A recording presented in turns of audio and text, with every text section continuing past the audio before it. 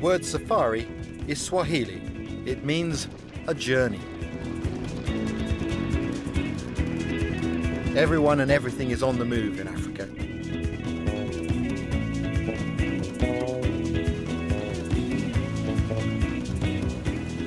I'm on the move too. I'm heading into some of the remotest and most beautiful areas of Tanzania. The reason I've come here is that in many ways this is the birthplace of bushcraft, and surprisingly it's still very much in evidence here today. The art of bushcraft is about being out of doors, relying only on our knowledge and understanding of the natural world around us. So here in Tanzania I can not only survive but really enjoy my natural surroundings.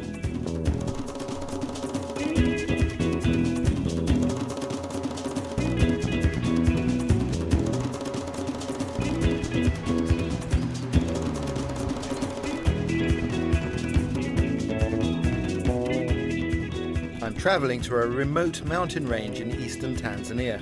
But to get there, I'm going through one of the best game reserves in the world, the Serengeti.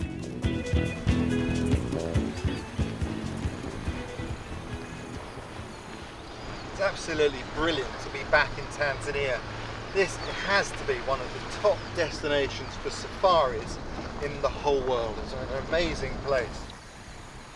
The promise of seeing animals in their natural habitat is why so many tourists flock to this part of the world. But looking isn't always seeing. Bushcraft is a lot about looking at nature, or rather, learning to look, to analyse what we're seeing. One of the things when you have encounters like this is I think people sometimes get preoccupied in watching the animals and they forget to notice what they're actually doing. And of course, here these young are chewing the bark on this tree, and if you look closely you can see the sign that they're leaving, the damage that they're causing. When you watch closely, you see that they're not actually eating the bark, but they're after something that's underneath it, some sort of insect, I think. If you come along and you don't see the monkey, but you see that the tree has been barked in this way, and you were to look closely, you'd see their teeth marks, then you would know that there were vervet monkeys here.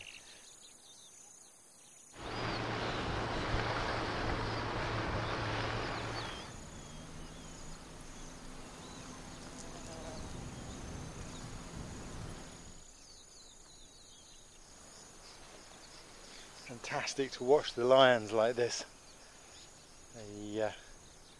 They're just lazing there. There's some young ones just lying on their back with their paws in the air.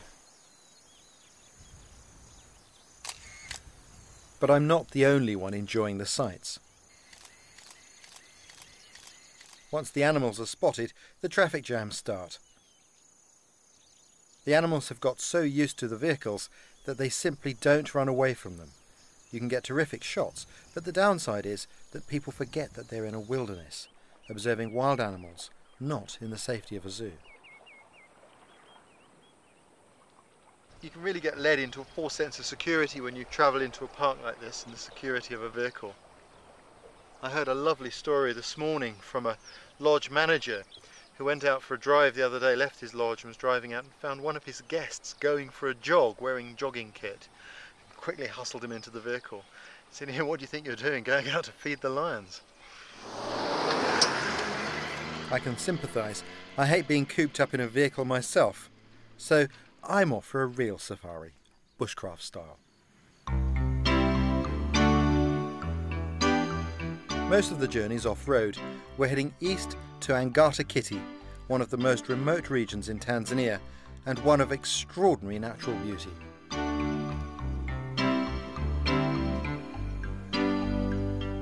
For the film crew, travelling light is impossible. The paraphernalia of filming means that they have to have a fixed camp. It's not quite my idea of being in the bush. I'm not a great one for crowds. I like to have some privacy. And without asking, the guys here have kind of picked up on that. And so they put my tent the furthest away, which I'm really happy about.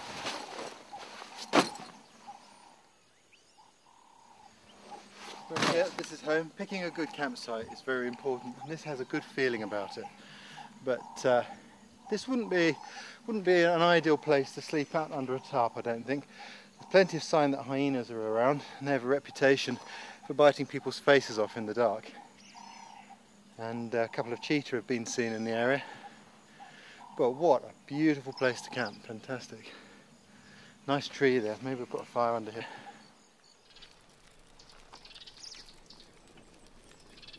I guess you could say this is a bit of a ritual. It's been a long drive to get here, and I've had to go through some game parks where you're not allowed to step outside of the vehicle, which I find personally extremely frustrating, even though it's a sound rule and keeps people safe from large cats and other predators. But it's great to actually arrive in a place where I can walk around. I can look at the tracks on the ground and start to feel comfortable again.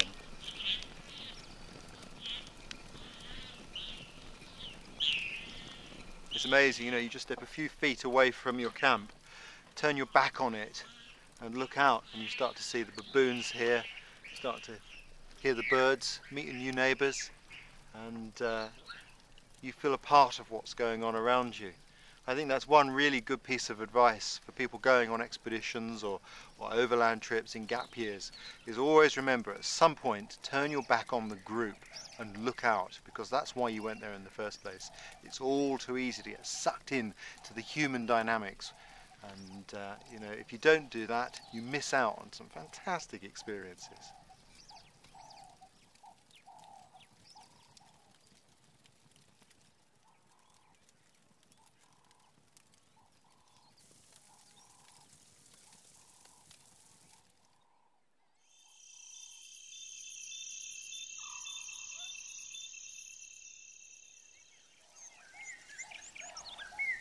First light, and I was looking forward to a very special meeting. Our campsite was in the heart of Maasai country, these rolling hills providing lush and plentiful pasture for their cattle. The Maasai are the largest tribe in Tanzania and live as farmers totally dependent on the land and their animals, without any of the trappings of our way of life. I was planning a trek through their terrain, and my guide was Mateli. He is a Maasai warrior, responsible not only for the herds, but the safety of his entire village. He has an intimate knowledge of this landscape, and had promised to take me far from the tourist tracks. We were camping out for a couple of days, so Mateli prepared his supplies for the trip. Goat meat and fat boiled up together for storage.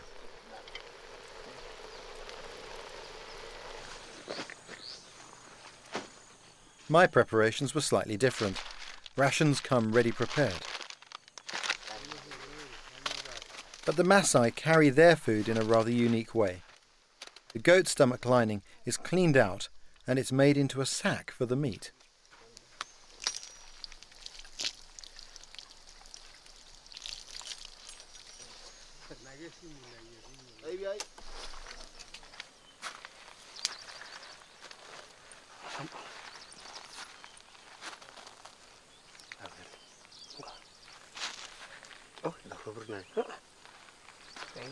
Wooden pegs are their version of a ziplock.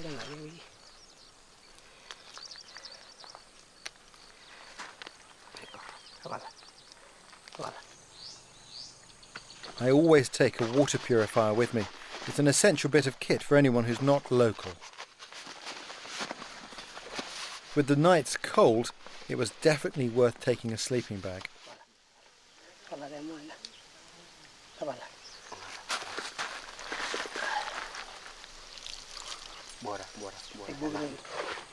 In no time, I was packed and ready for the off.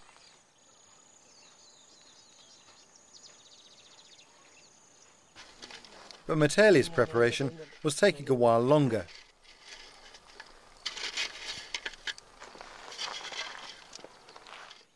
So meanwhile, I met up with our ranger. It's big game country, and he was going to be with us for protection.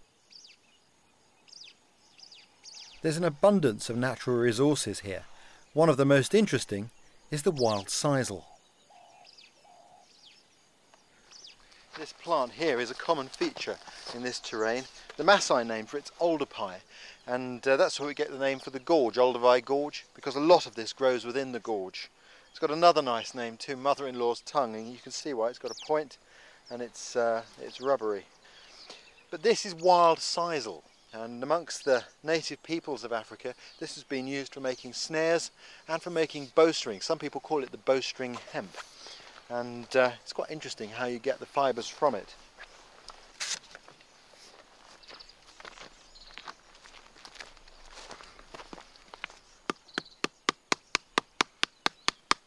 A very succulent plant.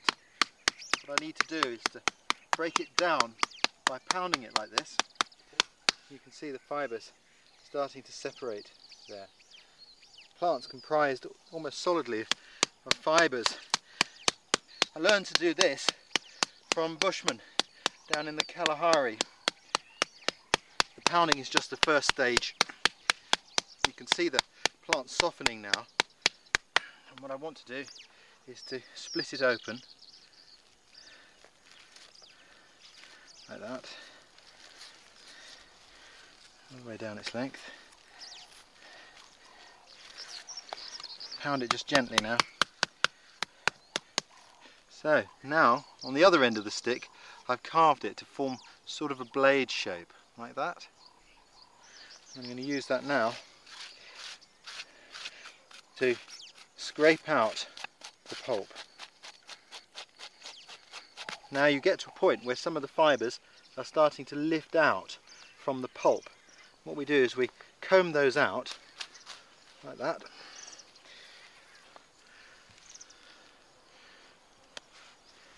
And then specifically scrape them down to the bare fibre. You can hang those on a bush to dry. There we go, there's the raw material. Nice long fibres for which we can make very strong string.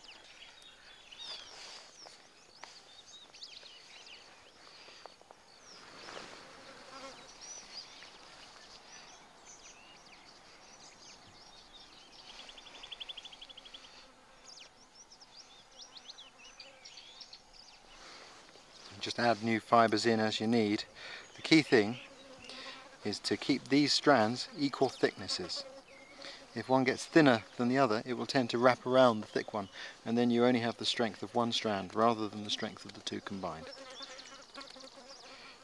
These sorts of skills are disappearing because of the availability of man-made fibres, but you think about it, there's not a lot of effort involved in making this stuff, and it's completely biodegradable and just simply grows back.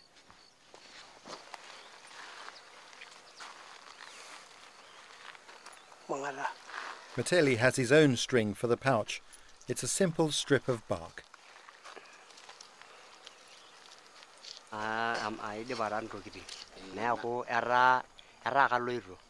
He said that, well, I'm ready. I have, I'm going on a journey, and I have the sword, a spear, and a stick with his food when he's going a long distance traveling.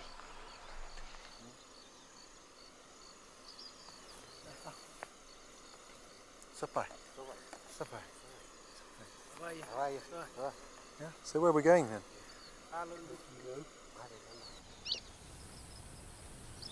With Metelli ready at last, we were off across the vast open plains.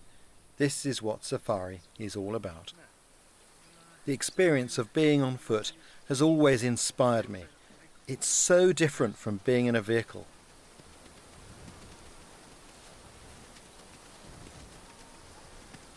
Seeing the wildlife close up and walking alongside filled me with awe.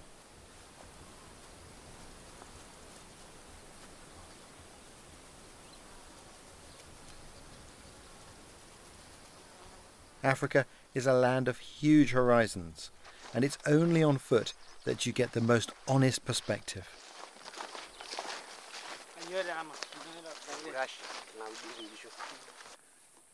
So this, is this a manada? This is a seasonal village where Metelli's family once lived.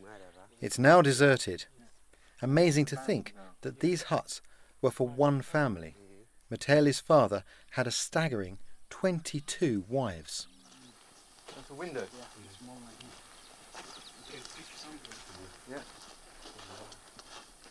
This is the Maasai window, tiny little window, but it gives them a chance to look outside.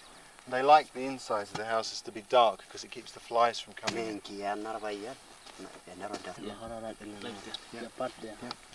But tell you, you've lived all your life in a house like this? Yeah.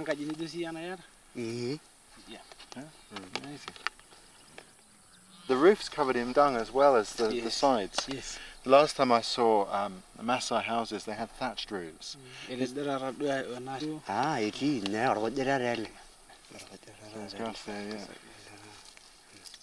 They use whatever is available from the countryside around.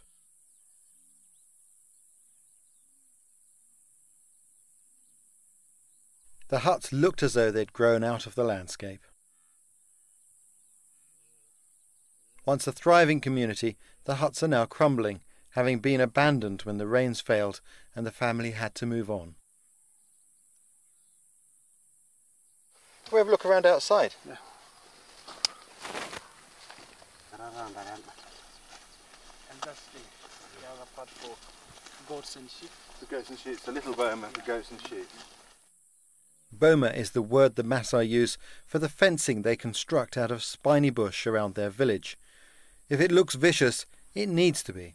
The cattle and indeed Maasai children might otherwise provide a meal for the wild animals that roam this territory. Nitelli, if there were 22 wives, how many children were there? Yeah, they counted his children. There were 68. 68 children? Yes. Were they all his own? I know. Yes, they were all his own. Yeah. And did the wives get on? Yeah. Yeah, and they are okay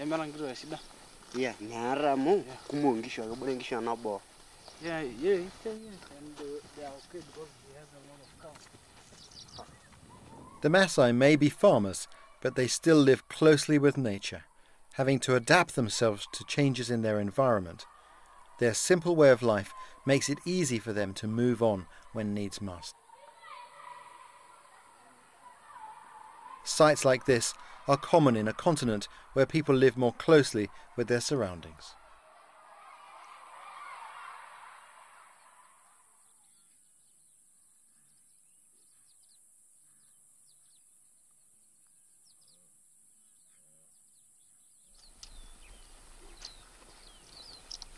You've got datura growing here. It's one of these plants these are the seeds. One of the English names for this is moon seed, and because in some parts of the world people use this as a hallucinogen. In North America, the witch doctors or medicine men use this so they can contact the spirits. But if they overdo it, they never come back. They're there with the fairies forever.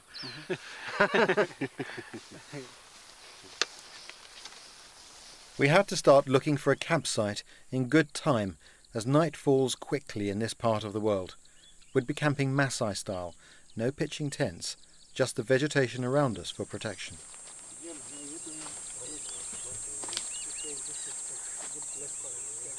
We're going to stay here.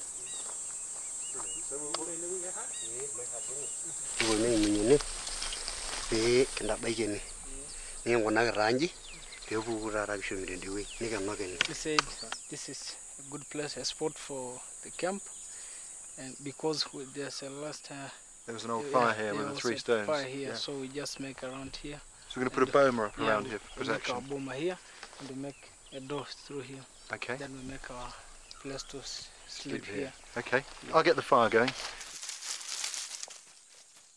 An old weaver bird's nest makes ideal natural tinder.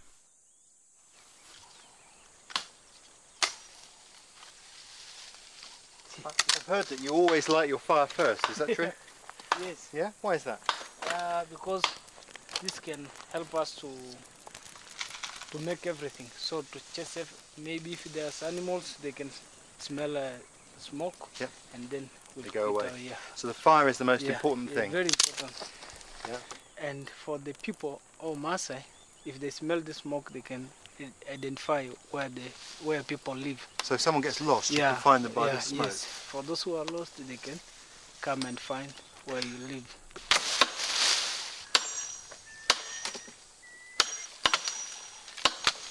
These African woods are like iron. I don't bring a really fine cutting tool here because they'd damage the edge. Just a very simple crude tool like this. Mind you, it still has to be sharp. It takes quite a bit of wood to make the barrier around our camp.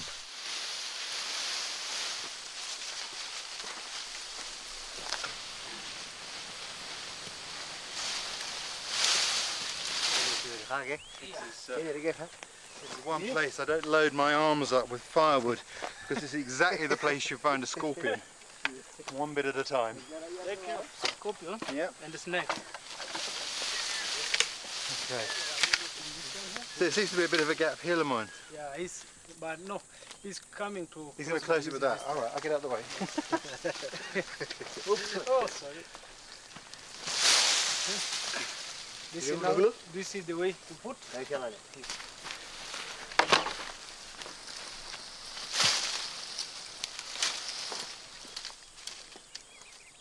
Metelli was using the same technique as in the old village, with thorny bushes to protect us against the wild animals. These thorn bushes take you a little bit by surprise when they fall down. You can see why they're such an effective deterrent for wild animals.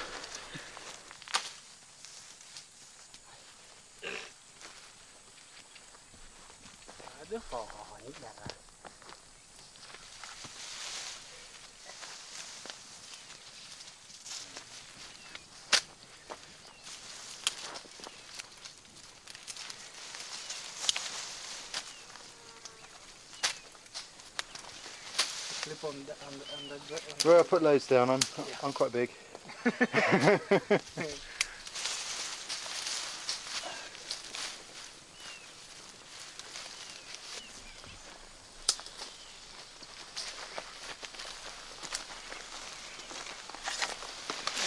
think that's enough. Okay, good.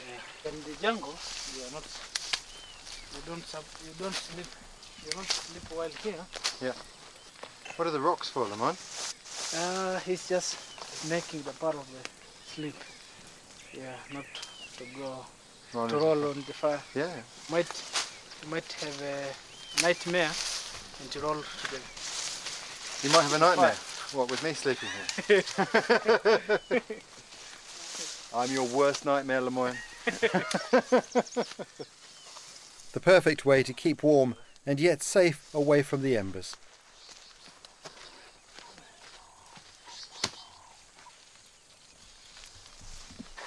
This is a place for firewood. Yeah.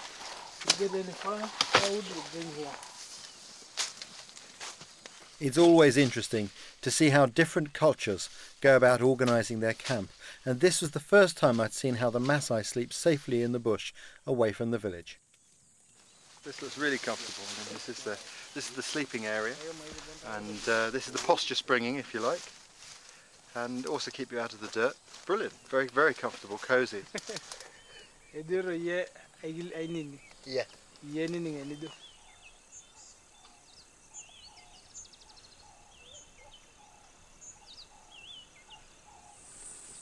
Once we'd settled in for the night, Metelli got out his goat stomach pouch and tucked into his stew.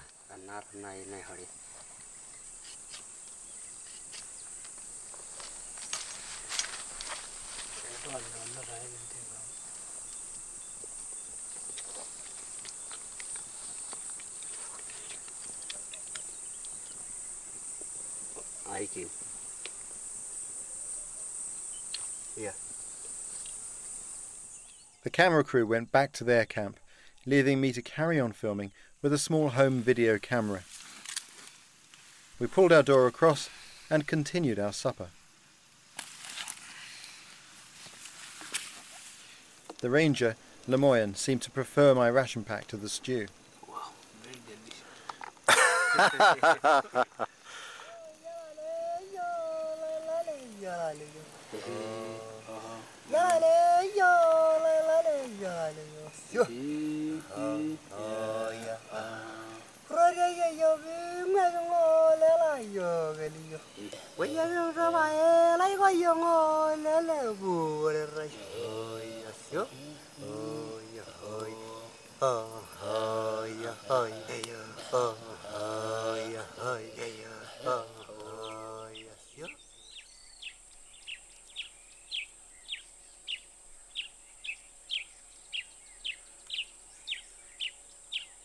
It was great to spend the night out and share stories around the campfire, talking of cattle, wives, and well, you should have been there.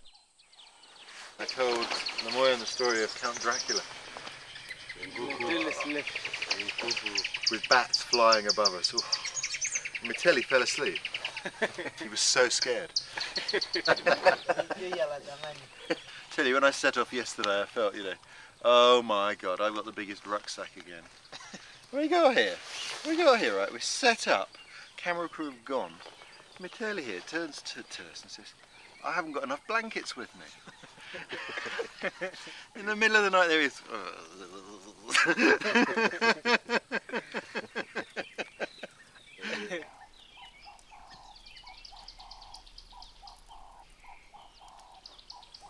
Right then, which way? This way? Yeah. Okay. I'm looking forward to seeing this. I was surprised when Mitelli suddenly led us into a hidden gorge. I had no idea that this landscape held such a treasure. This is Olcarion Gorge, and it's a tremendous breeding place for the griffin vulture.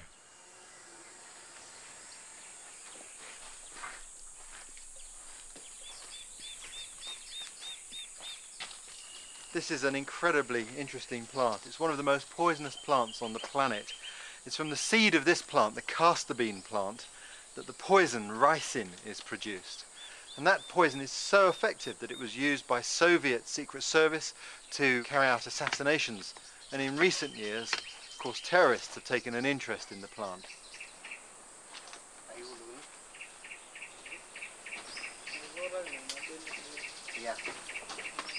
At every turn I saw plants I recognised, and so many of them have uses.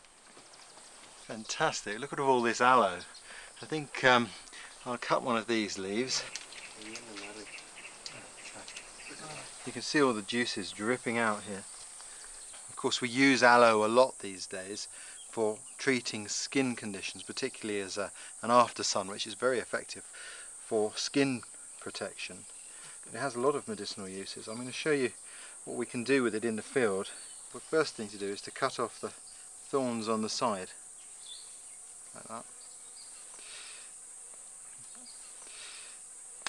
Then slice it down the middle like this, and then this can be peeled apart like this.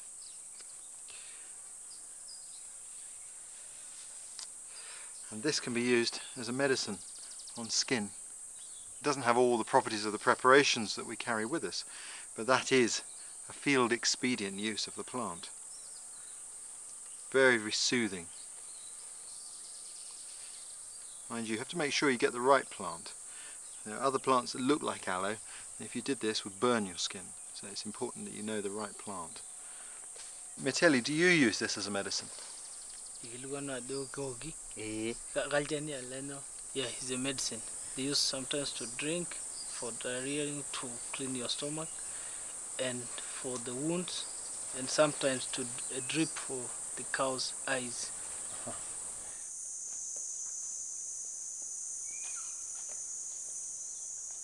Despite the abundant vegetation, finding water is never simple.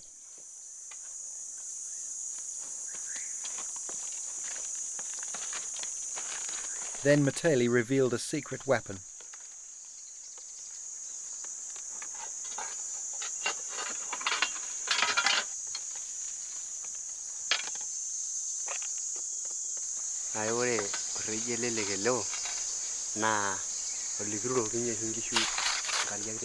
He told me that the Maasai had hidden this spade here for as long as he could remember, so passers-by could dig for water whenever they needed it.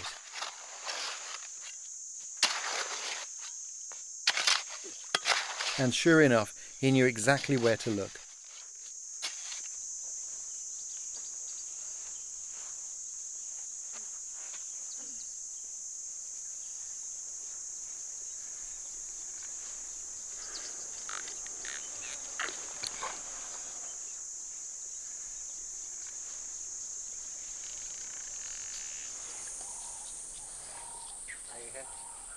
As we walked, the landscape changed again.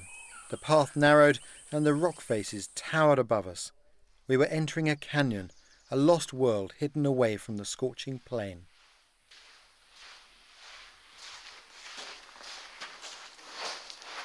In arid landscapes, canyons like this offer immense protection for anyone who's lost.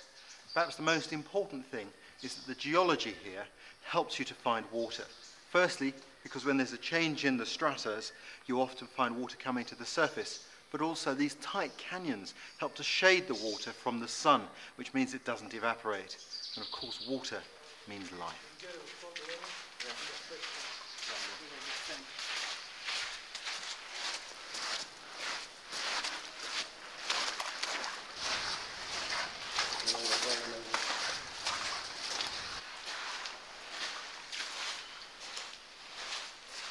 This is the track of a lion cub. It seems that everybody enjoys this gorge, that it's cool, there's nice water here. But naturally there's one question on my mind. If that's the cub, where's the mum?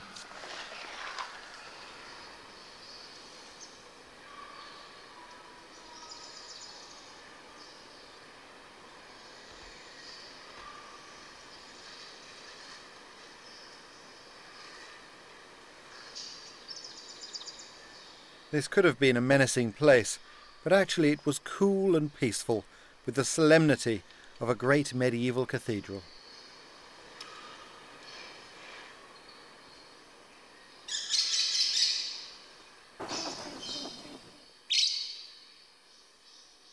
For me, it had a powerful atmosphere.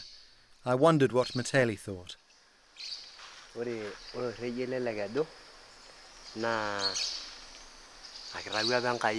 This gorge is made by God for everything, because this is made for human beings to drain their cow here and the vultures to lay their eggs. And when he brings cow, he gets a fresh water and cold, and cows will not be attacked by predators.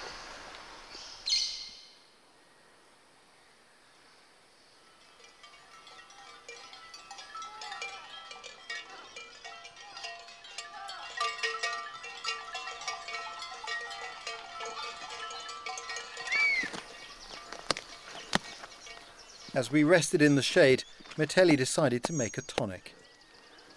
He unearthed a root that would provide the medicinal ingredient.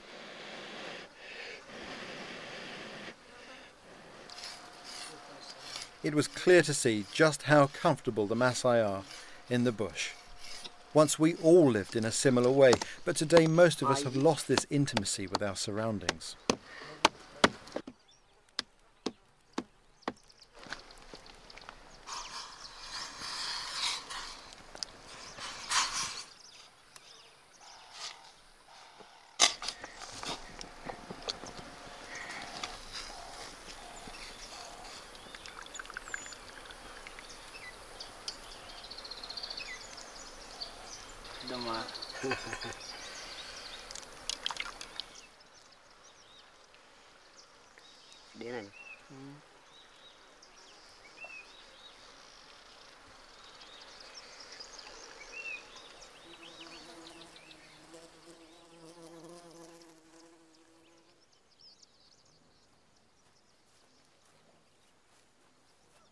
As the ultimate goal for our walk through the gorge, Meteli wanted to show me a very special place, symbolic for the Maasai.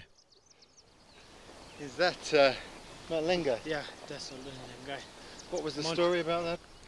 The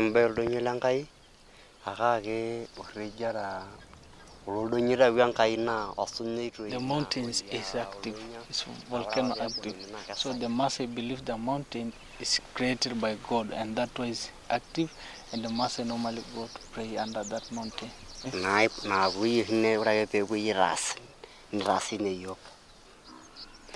Yeah, there's a story, because they believe if women go there under that mountain, for those who did not get babies, they get babies. And that's why the name started from there. That's what does the mountain mean? The mountain means, the Oldonyalangai means the mountain of God. The mountain of God. Yeah. It was a fitting place to end our safari, though I've always felt that the journey is more important than the destination. Thank you very much. Ashinarling. I was sad to be leaving. So long. What a nice man. As I watched Miteli walk away, I thought about his world, a natural world in which he is king. He seemed in harmony with this world, which is in complete contrast to the white hunters who came on safari with their rifles in search of trophies.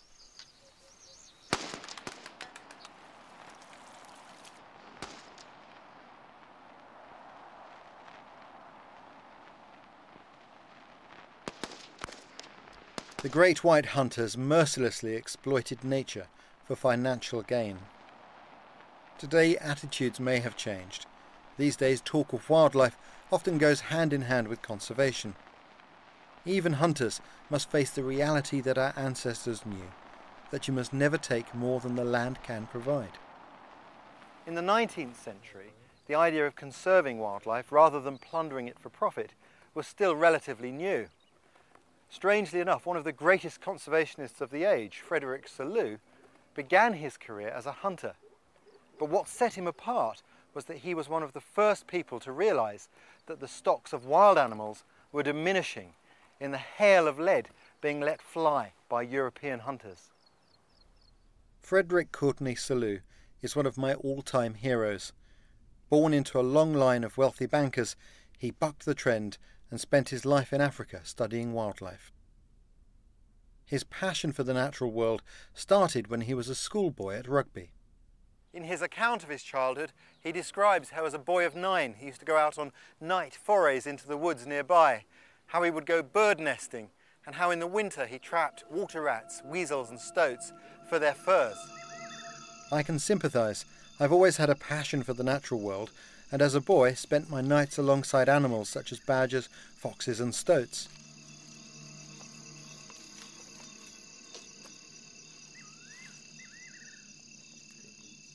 I admire this champion of African wildlife who spoke out against the norm of wanton destruction. His fame even attracted the attention of the President of the United States, Theodore Roosevelt, who, having read Selous' memoirs, African Nature Notes and Reminiscences, became hooked himself on his own version of conservation. He and Selous started a long and impassioned correspondence in which they discussed detailed observations they were making about nature and animal behaviour. Selous' keen eye for nature is reflected in the highly detailed drawings he made of the animals he hunted. He also organised what may have been the biggest safari of all time, Roosevelt's legendary safari with its astonishing retinue, almost 300 strong. Animals were killed in droves, but always in the name of education. It's difficult for us to understand how killing and conservation could go together, but we must judge them by their day, and these were the earliest days of conservation. It wasn't until later that trophy hunting was challenged by the new interest of nature conservation, with its emphasis on understanding animals rather than stuffing them. Another early start to meet a man who spends his life on safari filming wildlife for television. His understanding of animal behaviour and his ability to capture it on film comes from a life spent in the bush. Good morning. Hello. Warren, I presume. That's correct. Very nice to meet you. Hi there, Rick. Isn't that a beautiful morning? Oh, it's stunning, isn't it? Fantastic. Yeah. Amazing light. Yeah. Have you seen anything yet? No, not yet. We're just looking out for cheetahs at the moment. Warren Samuels has been a cameraman working here for 20 years, making his living filming wildlife. It's this precise and painstaking study which I call Bushcraft, the fine-tuning of his sensibilities to his natural environment. We were hoping to use Warren's knowledge and experience to help us find cheetah, although looking out at such a vast expanse, it seemed a difficult task. Right now, where do you think the most likely place for cheetah to be is? Is it going to be close to the cover here or out in the open? It's more likely going to be out in the open. They don't like lying up near the thick cover because invariably that's where a lot of your larger predators like lion and hyena would lie up. And if you look over there, Ray, yep, in that distant hill, yep, just in the foreground there's a patch of very short green grass that stands out, and then there's a huge bunch of gazelles there. Are they Thompson's gazelles? Yeah, and I think that's a very good place to go and start looking for cheetahs. There's a lot of animals. Yeah. What an amazing sight, isn't it? I don't know how you feel, but when I look out on something like this, in a morning like this, I feel incredibly privileged.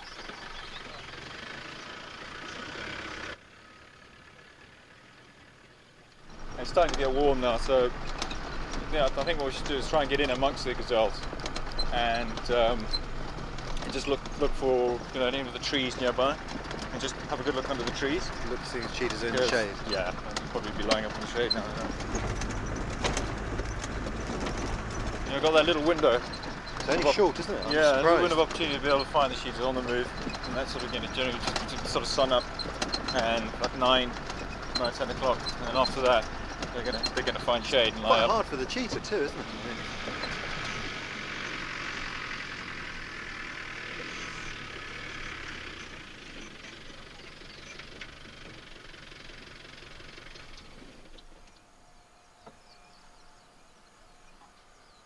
More water over there. That's where there's wildebeest have been heading.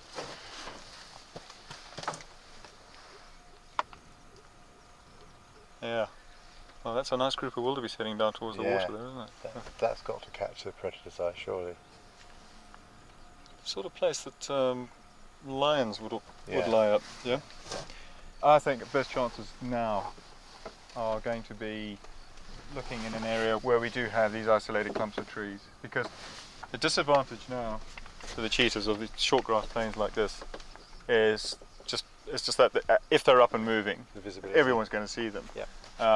Which makes it that much more difficult for them to hunt.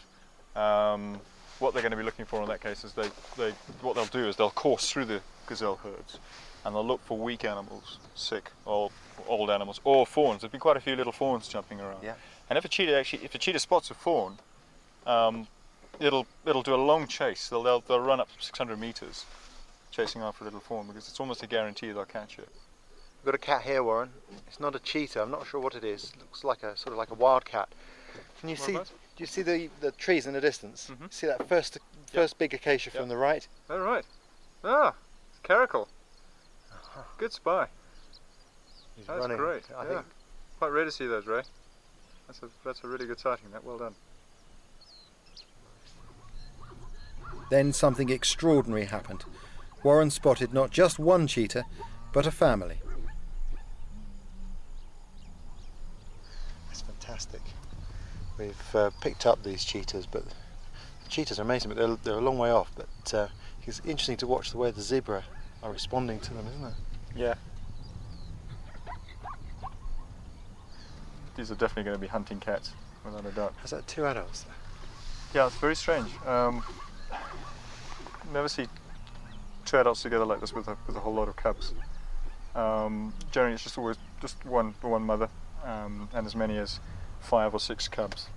It looks like it's possibly a mother with an older daughter, and both adults have got a litter of cubs. This is really, really unusual to see both family groups together. There's one of the adults was broken away. It's running. Oh! Animal's running up front. It's chasing.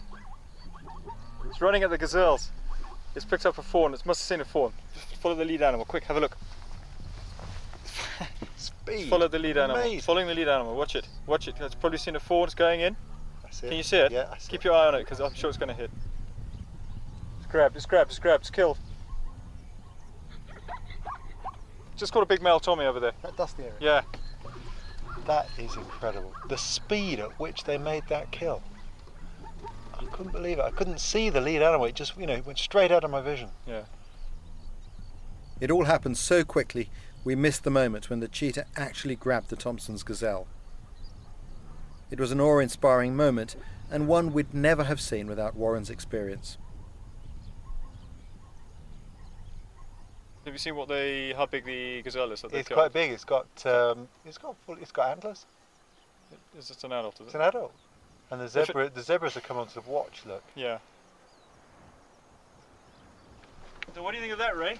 Not lucky, hey? That was amazing. Incredible experience there. To be honest with you, I didn't think we'd see anything either. I mean, to come out with just one day and pick something up. But I did think when we got up here and we saw the caracal and all this game spread out before us, there was a chance. But it's a big haystack and it's a small needle. Anyone can take snapshots with a camera. What sets Warren apart is his knowledge of the wildlife of the African bush. In a sense, my interest in bushcraft started when as a child I wanted to see nature at first hand out in the woods at the back of my home. Here I'd experienced a closeness to some of the most majestic creatures on earth.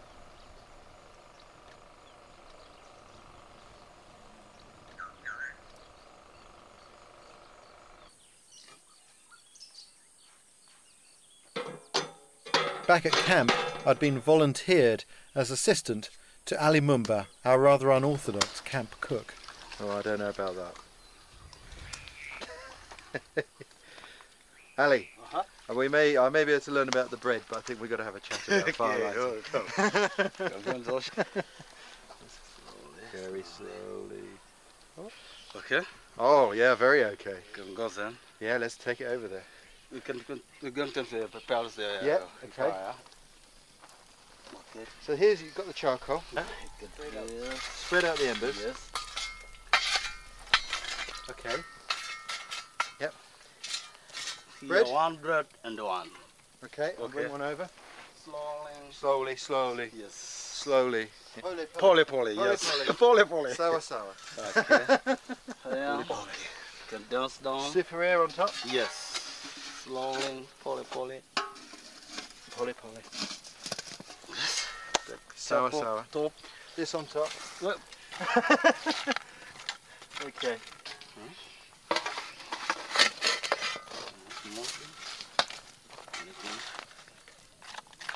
Okay.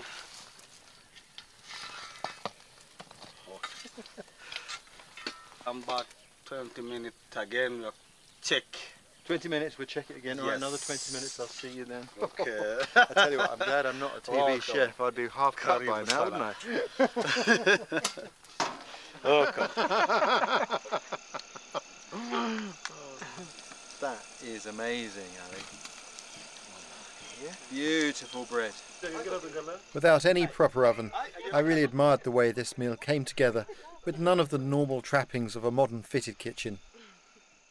Even the local staple, ugali, has a dual use as a sort of edible spoon. Use your fingers, you cut a piece and you make a little ball. See? A little ball. This is to pick some sauce. Get some sauce like. You see the sauce stored there? It's great, isn't it? Bread and ugali is like the meeting of two cultures. Fantastic. I think one of the real magic things about these sorts of trips is the cultural exchange. Because, you know, all around the world there's all sorts of conflict. But at the end of the day, we're all human beings. We all have the same preferences, like for a good staple diet, laughter, company.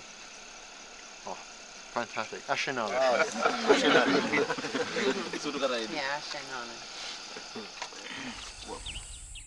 I'd seen a privileged aspect of life here.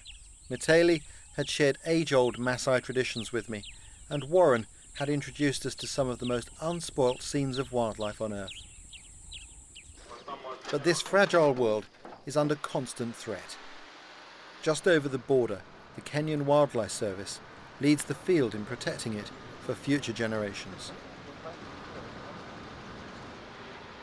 They may be a sophisticated military force, but at the heart of their operation is one of the oldest of all bushcraft skills, tracking. To see what the KWS tracking team can do, they've asked me to set them a trail, and so that's exactly what I've done. I've sent our assistant director off with one of their members. He's there to protect her in case of wild animals, lots of lions around here. And I've set a fairly difficult trail. There's no purpose to this trail, like real poachers would have. They're going somewhere because they've got something they want to do. That enables you to get into their mind and predict where they're going to be and what their next move will be. We don't have that here. That makes the tracking more difficult. And also the terrain that we've chosen is quite challenging. We've got lots of vegetation here and there's hard rock as well. So it's really going to test their mettle. Ray's told me to take a large turn for more than 45 degrees. Right, we've got about 2 minutes to go to ground, so we're going to have to go to ground now. Okay, behind this termite man maybe?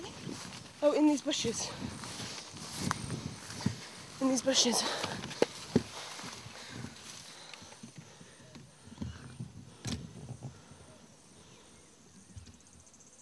Okay, Peter, 20? 20. Okay, I'll show you the first trail. Okay. Do you see the anthill there? Yeah. That's it? Okay. Good luck. Fun. This type of bush runs undisturbed for hundreds of miles, and picking up a trail's difficult, so I'd given them the first sign to get them started. You can see they've clearly got the direction of the trail. They're moving confidently straight down here. You can see the speed with which they're moving says that they're hot on it.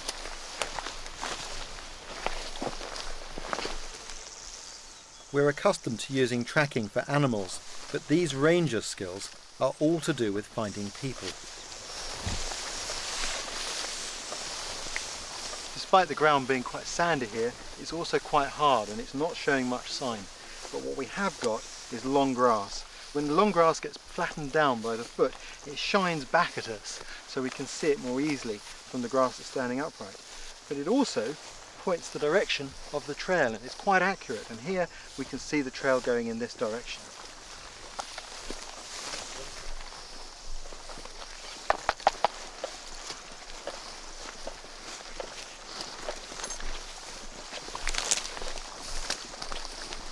Things have slowed down a bit because the trailers could have gone either to the left or to the right of these bushes. They're not certain which. So that what they're doing is they're casting ahead. They've sent some men to the left, some to the right to look for the sign. What will happen is one of these teams will pick that sign up. When that happens, you'll see it all speed up again.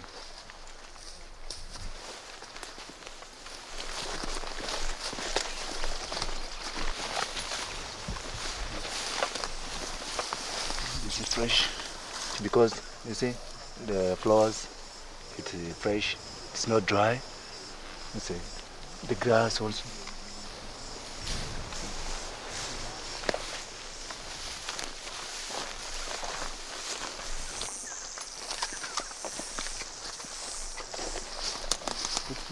At first glance it's difficult to make anything out here, but in fact there's a print here which has caused the ground to crack, but it's most notable in the way sand has been deposited on this vegetation here.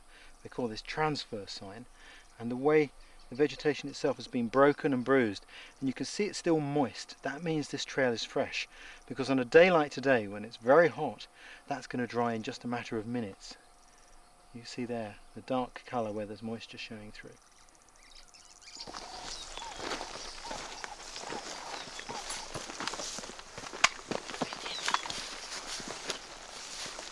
Again, at first glance you may not see anything, but there's lots of sign here.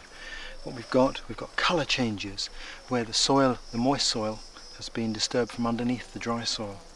We've got flattening indicating a human footprint, and we've got transfer where soil has been moved down on top of this vegetation and the vegetation's wilted slightly, again showing recent disturbance, and it's all pointing in the direction that the team is heading.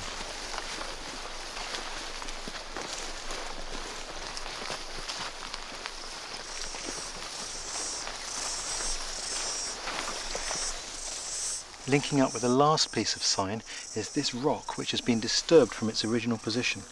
Judging by how dark the soil is there, we know that this is fresh, because if it was old, this would have evaporated the moisture that was trapped there and it would be light coloured. So this is in the same time bracket as the last bit of sign, which links the two together.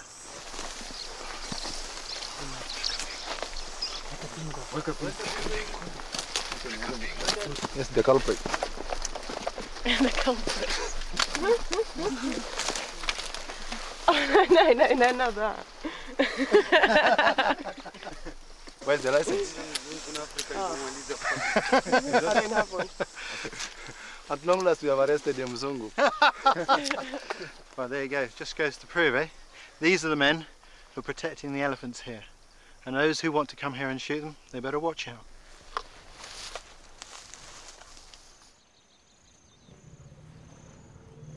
Before the Kenyan Wildlife Service started in 1989, Kenya had lost an estimated 85% of its elephant population poached for their ivory, and extinction was a real possibility. Now the 1,000-strong force of rangers roam the bush on patrol, tracking down the poachers.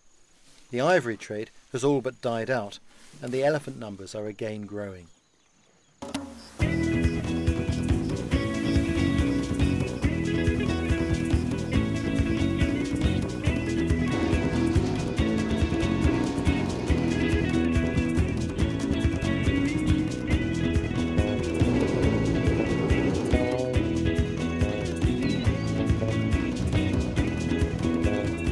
My last morning in Tanzania.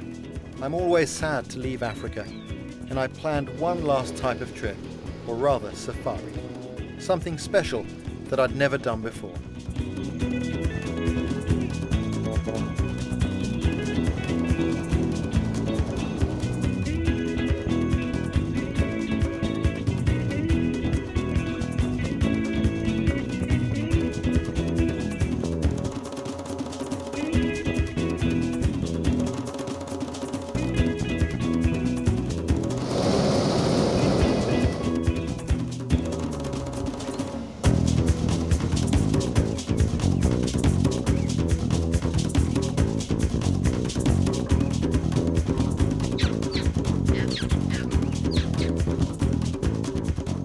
Fantastic way to see Africa.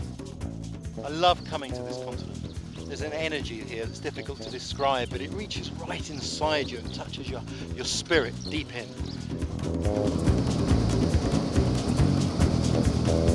I'd witnessed bushcraft here in a traditional context with the Maasai, and in a thoroughly contemporary way being used to track poachers. Using the ancient hunting skills of bushcraft for the purposes of conservation really brought home to me the way bushcraft has so much relevance to some of the best things in our world today. We're very lucky to have places like this to come and observe and learn about nature. But you know, that job isn't over. Places like this only exist because we're still trying to hang on to them and protect them. In many ways, the job of conservation has only just begun.